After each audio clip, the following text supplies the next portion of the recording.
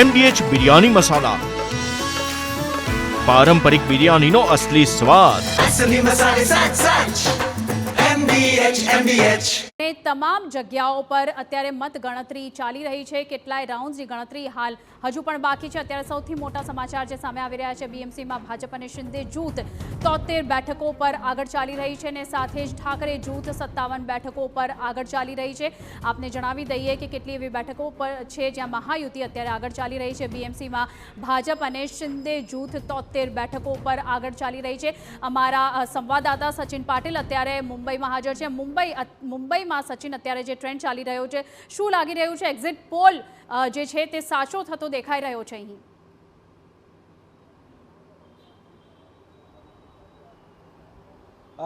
જે અત્યારે પોલ સામે આવી રહ્યો છે અને જે પ્રકારના પરિણામો દેખાઈ રહ્યા છે, લગભગ 227માંથી 150 સીટો છે, એ 150 સીટોના જે પરિણામો છે, પરિણામો આગળ આવવાની તરફ છે। અને જે પ્રકારે મેં કહ્યું એ પ્રમાણે લગભગ 77 બેઠક અત્યારના મુજબ જે 77 બેઠક છે એના ઉપર ભાજપ યુતિ જે છે અત્યારે આગળ વધતી દેખાઈ રહી છે। અને શિવસેના પ્લસ એટલે કે ઉદ્ધવ ઠાકરે બંધુની જે યુતિ છે એ યુતિની જે બેઠકો છે લગભગ 58 બેઠકો સુધી એ લોકો પહોંચ્યા છે। એ સિવાય કોંગ્રેસ 9 અને એ પ્રમાણે જે છે એ ટ્રેન્ડ અત્યારે દેખાઈ રહ્યો છે। અને જે પ્રકારે પરિણામો સામે આવી રહ્યા છે એ મુજબની આ સ્થિતિ અત્યારની હું તમને કહી રહ્યો છું।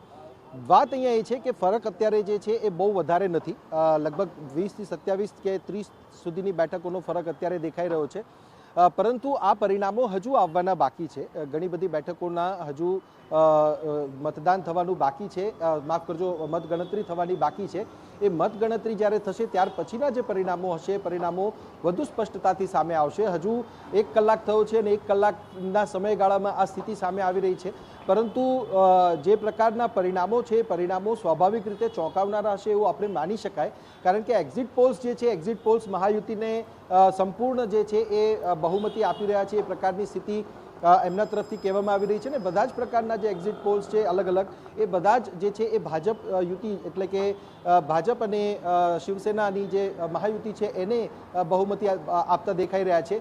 પરંતુ બીજી તરફ આપણે એ પણ ન નકારી શકાય કે ઠાકરે બંધુ પણ એટલી જ ટક્કર આપી રહ્યા છે। અને જે પ્રકારની ડિફરન્સની વાત છે બંને વચ્ચેની, ત્યારે એ પણ બહુ લાંબો નથી। એવામાં હવે જ્યારે મેયરની વાત આવશે કે પછી જ્યારે સત્તા પર બેસવાની વાત આવશે ત્યારે એમાં કેટલો ફરક હશે, કયા પ્રકારની સ્થિતિ સામે આવશે, એ જોવાનું ખૂબ રસપ્રદ બની રહેશે।